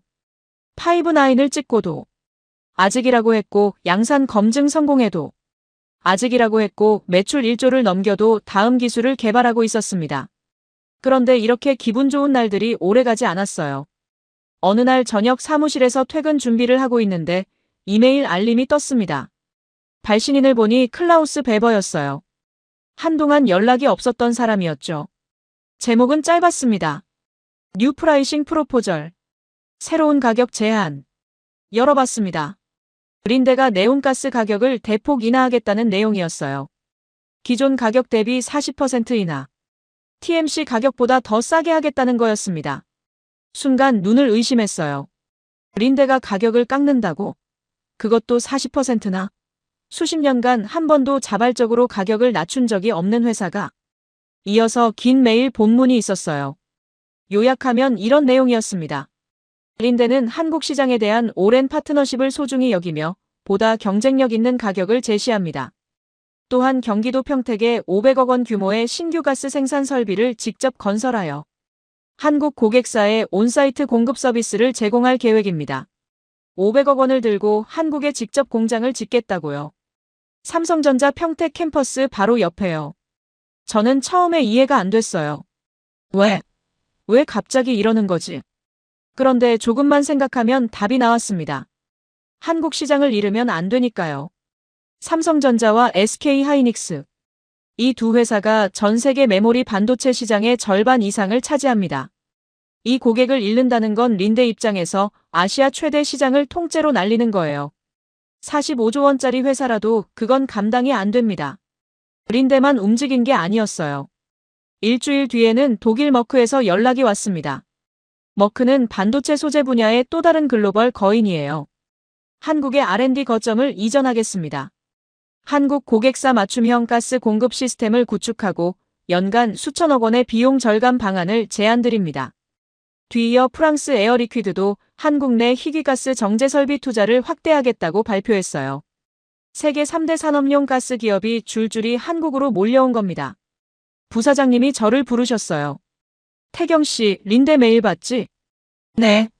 어떻게 생각해? 솔직히 통쾌하면서도 불안합니다. 왜? 이게 진짜 항복인지 아니면 다른 전략인지 아직 모르겠습니다. 부사장님이 고개를 끄덕이셨어요. 좋은 감이야. 나도 같은 생각이야. 부사장님이 창밖을 바라보며 말씀하셨습니다. 린데가 가격을 40% 깎는다는 건 적자를 감수하겠다는 뜻이야. 45조 원짜리 회사가 단기 적자를 버틸 수 있는 체력이 있어. 그런데 우리 중소기업들은 순간 등줄기가 서늘해졌어요. 부사장님이 무슨 말을 하려는 건지 알아챘거든요. TMC 매출이 1조 5천억이라고 했지? 린데가 45조야. 체급이 30배 차이나. 린데가 적자를 감수하면서 가격을 계속 떨어뜨리면 어떻게 될까? 치킨 게임. 한쪽이 죽을 때까지 가격을 낮추는 소모전. 45조 원 체급의 글로벌 기업이 1조 5천억 체급의 중소기업을 상대로 벌이는 소모전. 결과는 안 봐도 뻔했습니다. 전에도 이런 일이 있었어. 부사장님이 말씀하셨어요. 일본 불화수소 기억나지? 2019년에 일본이 수출 규제하니까 우리가 국산화했잖아. 그때도 성공했어. 근데 그 다음에 뭐가 됐는지 알아? 일본 기업들이 가격을 확 낮추면서 다시 한국 시장에 들어오려고 했어. 우리가 애써 키운 국산 기업들이 가격 경쟁에 밀려서 고전한 거지. 같은 패턴이었어요. 위기가 오면 국산화. 국산화 성공하면 외국 기업이 가격을 후려침. 가격 경쟁에 밀려서 국산 기업이 쓰러짐. 그러면 다시 외국 기업 독점. 이 악순환. 이번에는 그러면 안 됩니다. 제가 말했어요. 그래. 이번에는 달라야 해. 부사장님이 단호하게 말씀하셨습니다. TMC와 장기 공급 계약을 맺겠다. 가격이 아니라 공급 안정성을 기준으로. 린데가 아무리 싸게 해도 우리는 국산 비율을 유지할 거야. 그리고 이어서 말씀하셨어요. 삼성전자 쪽에도 얘기해봐. 이건 우리 혼자 할 일이 아니야. 저는 바로 삼성 구매팀 선배한테 연락했어요. 형, 린데가 가격 폭탄 던졌어요. 우리도 받았어. 40% 이하의 온사이트 공급까지. 이거 치킨 게임입니다. 우리가 여기서 흔들리면 TMC가 무너져요. 그러면 다시 원점이에요. 선배가 잠깐 침묵하더니 말했어요. 알아. 우리 쪽에서도 같은 이야기가 나오고 있어. 국산 업체 보호해야 한다고. 한국 반도체 양대 산맥이 같은 생각을 하고 있었습니다. 가격이 아니라 생태계를 지켜야 한다고. 다시는 외국 기업 한 곳에 목줄을 맡기면 안 된다고. 그로부터 한 달 뒤 놀라운 뉴스가 나왔어요. 린데 아시아 태평양 총괄 클라우스 베버가 직접 한국을 방문한다는 소식이었습니다. 500억 원 투자 협약서를 들고요. 경기도 평택시와 공식 체결식을 한다고 했어요. 저는 그 체결식에 참석하지 않았습니다. 현장 사진만 나중에 봤어요. 클라우스가 평택시장과 악수하는 사진. 그 사진 속 클라우스의 표정은 제가 아는 그 오만한 얼굴이 아니었어요. 웃고 있었지만 그건 승자의 웃음이 아니라 패자의 웃음이었습니다. 비유하자면 경기에서 지고 나서 상대 선수한테 악수 청하러 가는 사람의 표정이랄까요? 그리고 며칠 뒤 회사 행사장에서 우연히 클라우스와 마주쳤어요. 반도체 업계 컨퍼런스가 열렸거든요. 그가 저를 알아봤습니다. 태경. 클라우스. 잠깐 어색한 침묵이 흘렀어요. 15년이 걸린다고 했었죠. 제가 먼저 말했습니다. 클라우스가 쓴웃음을 지었어요. 그리고 고개를 한번 끄덕였습니다. 2년이었군.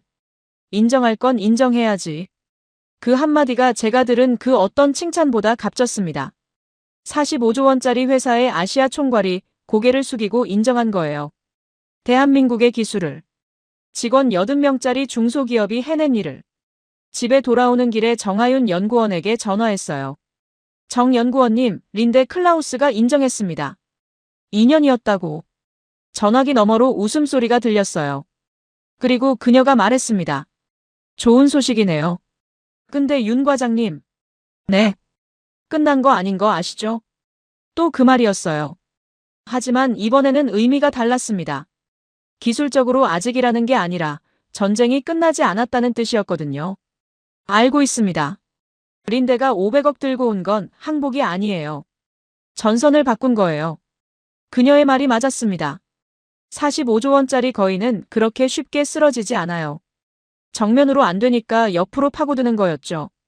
한국에 직접 공장을 지어서 가격을 더 낮추고 국산 중소기업들을 고사시키려는 2라운드가 이미 시작되고 있었습니다.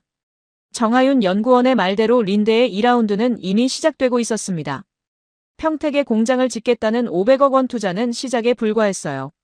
린데의 전략은 세 갈래였습니다. 첫째, 가격 폭탄. 네온가스 가격을 기존 대비 40%까지 떨어뜨렸어요. TMC보다 싸게. 적자를 감수하는 겁니다. 45조 원짜리 회사니까 1년, 2년 적자쯤은 버틸 체력이 있어요. 하지만 1조 5천억짜리 중소기업은 같은 가격으로 버티면 피가 마릅니다. 둘째, 온사이트 전략. 반도체 공장 바로 옆에 가스 생산 시설을 짓겠다는 거예요. 고객 사담장 너머에서 파이프로 직접 가스를 쏴주는 거죠. 운송비 제로, 재고 관리 불필요. 편의성으로 승부하겠다는 겁니다. 셋째, 이게 제일 무서웠어요. 인재 사냥. 린데가 한국에 R&D 센터를 설립한다고 발표했습니다. 서울 강남에 사무실을 열었어요.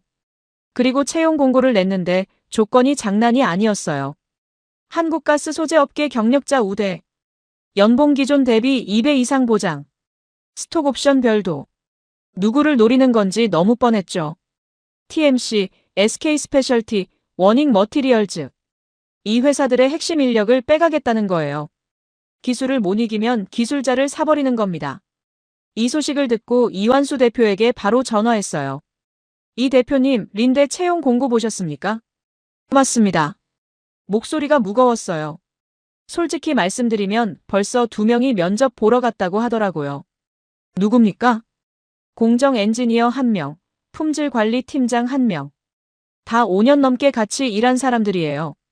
이완수 대표의 목소리가 잠깐 흔들렸습니다. 이해는 합니다. 연봉이 2배라는데 가족 먹여 살려야 하는 사람들한테 뭐라고 하겠어요. 근데 말끝을 흐렸어요. 근데 그 사람들 머릿속에 우리 기술이 다 들어있어요. 포스코 부산물에서 네온 뽑는 공정, 멤브레인 분리 노하우, 양산 세팅 데이터.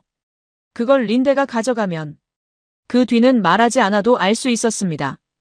우리가 2년간 피 흘려 만든 기술을 린데가 그대로 복제하는 거예요. 그러면 TMC의 유일한 무기가 사라지는 겁니다. 정하윤 연구원에게도 연락이 왔을까요? 당연히 왔겠죠. 그녀가 업계에서 이름이 알려졌으니까요. 파이브나인을 2년 만에 달성한 연구원. 린데 입장에서는 최우선 스카우트 대상이에요. 물어보기가 조심스러웠지만 결국 물어봤습니다.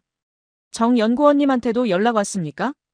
이완수 대표가 짧게 대답했어요. 왔죠. 당연히. 뭐라고 했대요? 그건 직접 물어보세요. 전화를 끊고 정하윤 연구원에게 연락했어요. 정 연구원님, 린데에서 스카우트 제의 받으셨다고 들었습니다. 전화기 너머로 코웃음 소리가 들렸어요. 클라우스 베버의 코웃음과는 완전히 다른, 어이없다는 듯한 웃음. 네, 받았어요. 연봉 3배의 독일 본사 연구소장 자리까지 제안하더라고요. 3배요? 네. 근데 제가 뭐라고 했는지 아세요? 뭐라고 하셨는데요? 네가 20년 걸린 거 제가 2년에 했는데 왜 제가 당신들 밑에서 일해야 하죠? 라고 했어요. 저는 웃음이 터졌습니다. 이 사람은 정말. 그리고 하나 더 말했어요. 뭘요? 저는 이 기술을 린데한테 팔려고 만든 게 아닙니다. 대한민국 반도체가 다시는 남의 손에 목줄 잡히지 않게 하려고 만든 겁니다. 이 기술은 대한민국 겁니다. 전화를 끊고 한참 동안 멍하니 앉아 있었어요. 연봉 3배. 독일 본사 연구소장. 30대 중반에 그런 제안을 받으면 솔직히 흔들릴 만도 하잖아요. 근데 이 사람은 1초도 안 흔들린 거예요. 인재 유출 문제는 린데 한 곳만의 이야기가 아니었습니다. 머크도 에어리퀴드도 한국의 거점을 만들면서 엔지니어들을 빼가고 있었어요. 높은 연봉과 해외 근무 기회를 미끼로요. 이 문제를 근본적으로 해결하려면 기업 차원이 아니라 산업 전체의 연대가 필요했습니다. 그래서 움직인 게 삼성전자와 SK하이닉스였어요. 두 회사가 전례 없는 결정을 내렸습니다. 반도체 소재 중소기업들과 장기 공급 계약을 맺되 가격에 하한선을 두기로 한 거예요. 쉽게 말하면 린데가 아무리 가격을 떨어뜨려도 우리는 국산 업체한테 최소 이 가격은 보장해주겠다는 약속이었어요. 거기에 공동 R&D 펀드까지 만들었습니다. 대기업이 돈을 내고 중소기업이 기술 개발을 하고 성과를 공유하는 구조.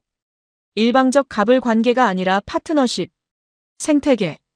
이 소식이 나오자 업계 반응이 폭발적이었어요. 한 경제 매체 기자가 제게 전화를 걸어왔습니다. 윤 과장님, 삼성과 SK가 중소기업 보호에 나선 건 전례가 없는 일인데요. 이게 어떻게 가능했습니까? 위기를 같이 겪었으니까요. 네온가스가 끊길 뻔했을 때 삼성도 SK도 같이 멈출 뻔했거든요. 그때 깨달은 겁니다. 소재 기업이 무너지면 우리도 무너진다는 걸. 린데의 치킨 게임은 이 연대 앞에서 힘을 잃기 시작했어요. 가격을 아무리 떨어뜨려도 한국 기업들이 국산 비율을 유지하니까 시장을 뺏어올 수가 없는 거예요. 적자만 누적될 뿐. 6개월쯤 지났을까요? 린데의 전략이 바뀌기 시작했습니다. 가격 공세를 멈췄어요. 대신 협력을 제한하기 시작한 거예요. 한국의 소재 기업들과 공동 연구를 하고 싶다. 차세대 반도체 공정용 가스를 같이 개발하자. 기술 라이선스를 상호 교환하자. 적이 파트너가 되겠다고 손을 내민 거예요. 이길 수 없으면 합류하는 거죠. 클라우스 베버가 다시 한국을 찾았습니다. 이번에는 500억 원 투자 협약이 아니었어요. SK 하이닉스를 직접 방문해서 기술 협력 제안서를 들고 왔습니다. 회의실에서 마주 앉았어요. 클라우스가 먼저 말을 꺼냈습니다. 태경, 솔직히 말할게. 그의 목소리에서 예전의 오만함은 완전히 사라져 있었어요. 우리가 한국 시장을 잃을 뻔했어. 그건 린데 역사상 처음 있는 일이야. 130년 역사에서 130년. 린데가 설립된 게 1879년이에요. 그 긴 역사에서 한 번도 겪어보지 못한 일을 한국이 만든 겁니다. 차세대 공정에서는 같이 가고 싶어. GAA 구조 3D 디램. 이 공정에 들어가는 신소재 가스는 아직 아무도 완성하지 못했거든. 린데도 에어 프로덕츠도 너희도. 같이 가자는 건 좋은데 조건이 뭡니까? 대등한 파트너십. 기술은 공유하고 특허는 공동 출원하고 수익은 나눈다. 예전처럼 우리가 갑이고 너희가 을인 구조 말고. 대등한 파트너십. 2년 전에 우리가 부르는 게 값이야라고 했던 사람이 지금 대등하자고 말하고 있었어요. 생각해 볼게요. 제가 답했습니다. 바로 수락하지 않았어요. 2년 전에 당했던 기억이 있으니까. 이번에도 달콤한 말 뒤에 뭐가 숨어 있을지 모르잖아요. 회의가 끝나고 클라우스가 일어서면서 마지막으로 한마디를 했어요. 태경, 한 가지만 물어볼게. 그때 포스코 부산물에서 네온을 뽑겠다는 아이디어, 그게 처음부터 계획된 거였어? 아닙니다. 그럼? 아버지가 알려줬어요. 아버지? 포스코에서 30년 일하신 제철소 기술자요. 30년 동안 버린 가스 속에 답이 있다고. 클라우스가 잠깐 멈추더니 고개를 끄덕였습니다. 대단한 나라야.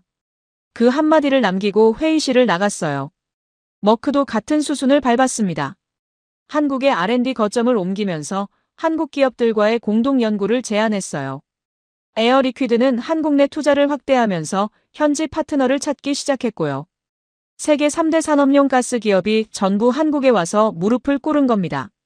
아니, 정확히 말하면 무릎을 꿇은 게 아니라 자리를 바꾼 거예요. 갑과 을이 사라지고 대등한 테이블에 앉게 된 거죠. 이게 가능했던 건 기술 때문만이 아닙니다. 물론 TMC의 5-9이 핵심이었어요. 하지만 그것만으로는 부족했습니다. SK 하이닉스가 수백억 원의 리스크를 떠안고 양산 라인을 열어준 것. 삼성전자가 같이 움직여준 것. 두 대기업이 중소기업과 장기 계약을 맺고 가격 하한선을 보장해준 것. 이 모든 게 맞물려서 가능했던 거예요. 한 기업의 기술이 아니라 한 나라의 생태계가 만들어낸 결과였습니다.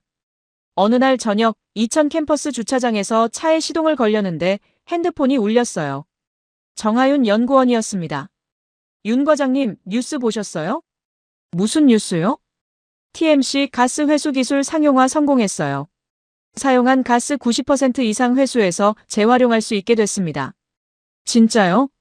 네. 이러면 원가가 또 떨어져요. 린데가 온사이트로 와도 가격 경쟁이 안 됩니다.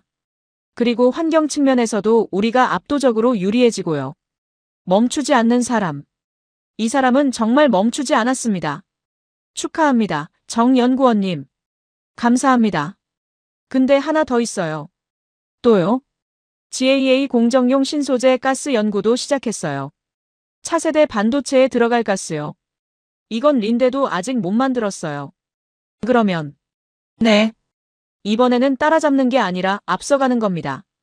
전화를 끊고 잠시 멍하니 앉아 있었어요. 2년 전 린데가 15년은 걸릴 거야 라고 했을 때 저는 절망했습니다. 1년 전 파이브나인을 찍었을 때 환호했고요. 지금은 린데를 앞지르겠다고 하고 있어요. 따라잡는 게 아니라 앞서가겠다고.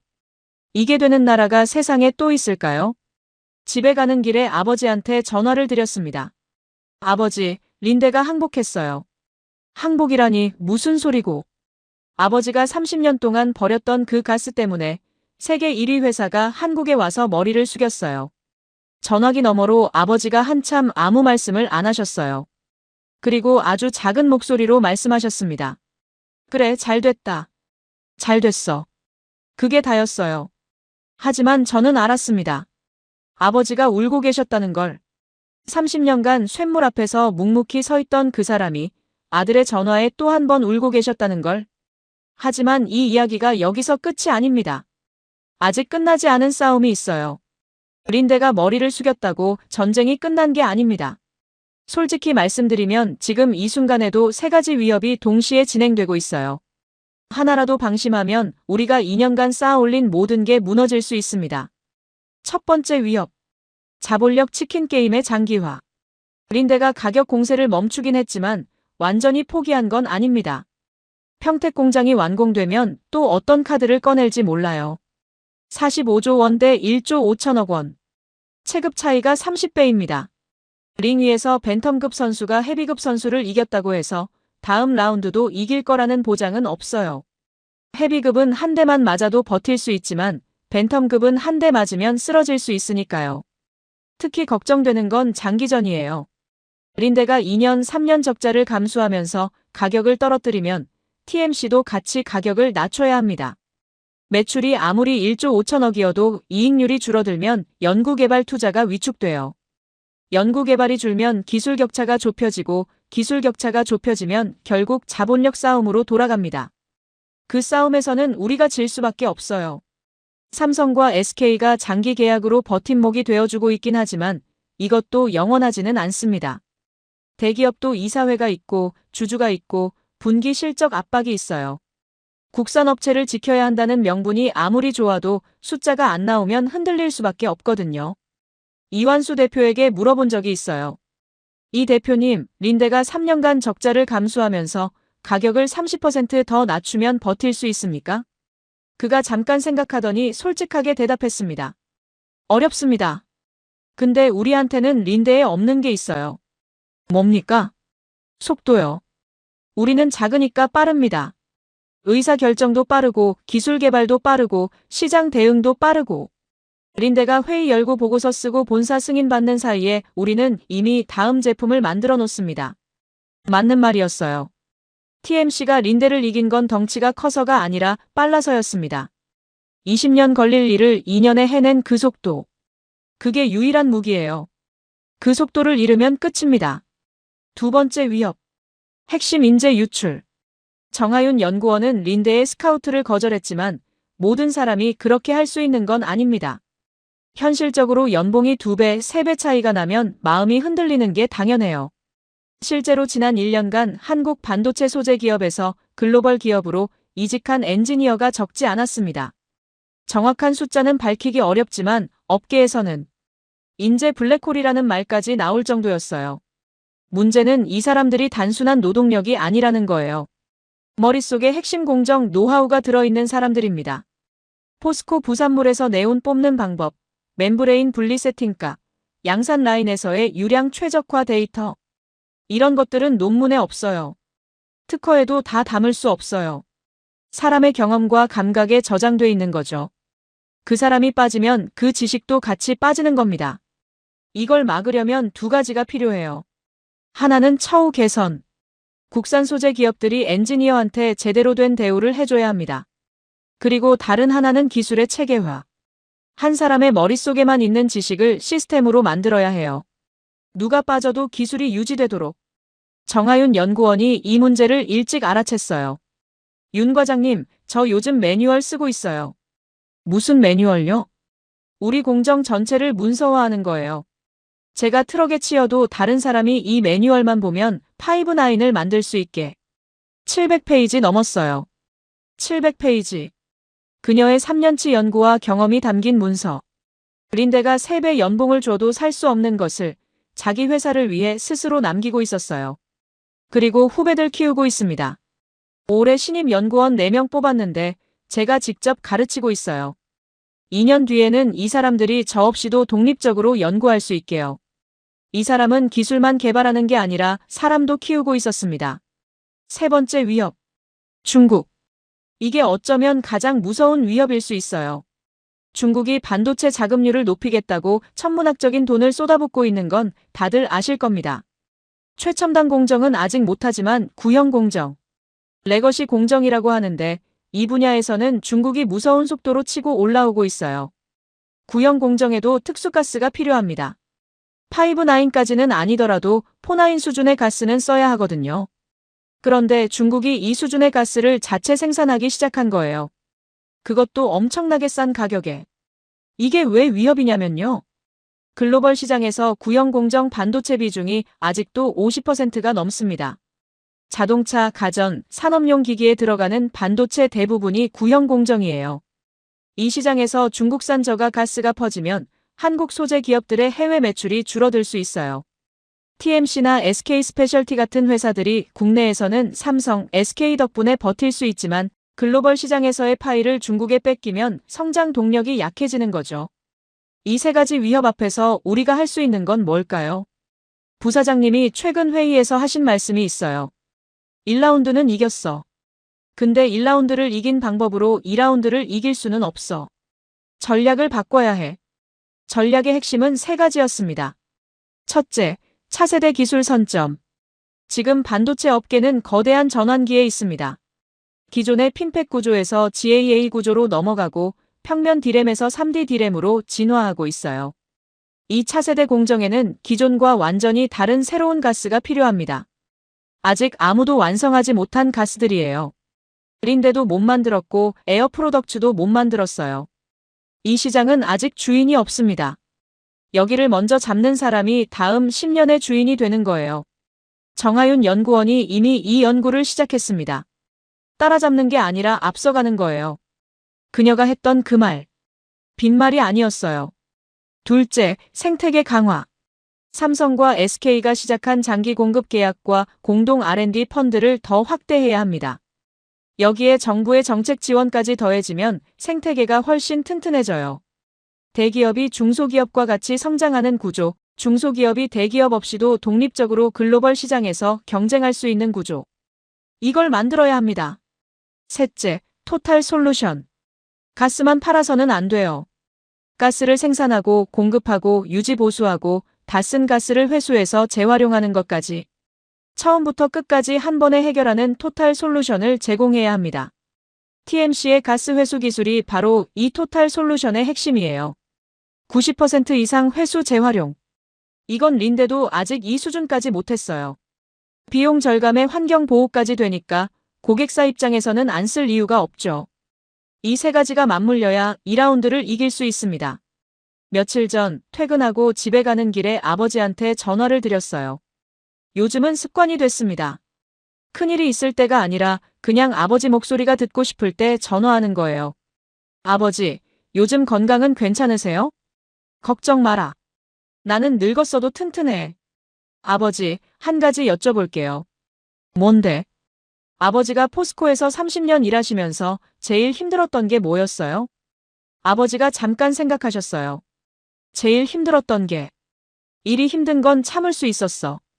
근데 아무도 알아주지 않는 게 제일 힘들었지. 제철소에서 매일매일 쇳물 끓이고 철근 만들고 그게 나가서 건물이 되고 다리가 되고 배가 되는 건데. 사람들은 그냥 철이잖아 그러지. 그 철이 어디서 나오는지 누가 만들었는지 관심이 없어. 아버지의 목소리가 차분했어요. 원망이 아니었습니다. 그냥 사실을 말하는 거였어요. 근데 태경아. 네. 이번에 네가 한 일은 좀 다른 것 같다. 사람들이 알게 됐잖아. 가스가 어디서 나오는지. 제철소에서 버렸던 그 연기가 얼마나 소중한 건지. 그거면 됐다. 저는 전화를 끊고 잠시 차를 세웠습니다. 아버지 세대가 30년간 묵묵히 끓인 쇳물. 그 부산물 속에 들어있던 가스. 아들 세대가 그걸 꺼내서 반도체를 만들었고 세계 1위 기업을 무릎 꿇렸습니다. 그리고 지금 다음 세대를 위해 정하윤 연구원이 700페이지짜리 매뉴얼을 쓰고 신입 연구원 4명을 가르치고 있어요. 아버지에서 아들로, 아들에서 다음 세대로. 기술이 이어지고 경험이 쌓이고 생태계가 만들어지는 것. 이게 대한민국이 강한 이유예요. 한 명의 천재가 아니라 세대를 넘어 이어지는 사람들의 힘. 2라운드는 이미 시작됐습니다. 45조 원짜리 거인들은 다시 일어서려 하고 있고 중국은 뒤에서 치고 올라오고 있어요. 하지만 저는 두렵지 않습니다. 왜냐고요? 15년이 걸린다던 벽을 2년 만에 부순 사람들이 여기 있으니까요. 여러분, 지금까지 SK하이닉스 특수가스 조달팀 윤태경 과장의 이야기를 함께 하셨습니다. 어떠셨습니까? 국산화율 0%에서 100%, 네온가스 가격 55배 폭등 속에서 단 2년 만에 해낸 일입니다. 직원 80명짜리 중소기업 TMC의 매출은 1조 5천억 원으로 치솟았고 연매출 45조 원의 독일린대는 500억 원을 들고 한국 땅에 무릎을 꿇었습니다. 너희가 이걸 만들려면 15년은 걸릴 거야. 그렇게 비웃던 그 사람이 2년 뒤에 이렇게 말했습니다. 2년이었군. 인정할 건 인정해야지. 포스코 제철소에서 30년간 버려지던 연기 속에서 답을 찾아낸 사람들이 있었습니다. 실험실에서 컵라면을 먹으며 밤을 새운 연구원이 있었고 전 재산을 걸겠다고 나선 중소기업 대표가 있었고 수백억 원의 리스크를 떠안은 대기업이 있었습니다.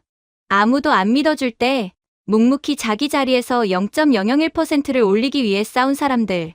그 사람들이 대한민국 반도체를 지켰습니다. 하지만 이 싸움은 아직 끝나지 않았습니다. 45조 원짜리 거인들의 2라운드는 이미 시작됐고 중국은 뒤에서 치고 올라오고 있습니다. 그래서 이 이야기가 더 많은 분들께 닿아야 합니다. 대한민국에 이런 사람들이 있다는 것을, 우리가 어떻게 싸우고 있는지를 세상이 알아야 합니다. 이 영상이 마음에 닿으셨다면 지금 공유해 주십시오. 여러분의 공유 하나가 묵묵히 싸우는 사람들에게 보내는 응원이 됩니다. 가슴이 뜨거워지셨다면 댓글에 국산화 3글자만 남겨주십시오.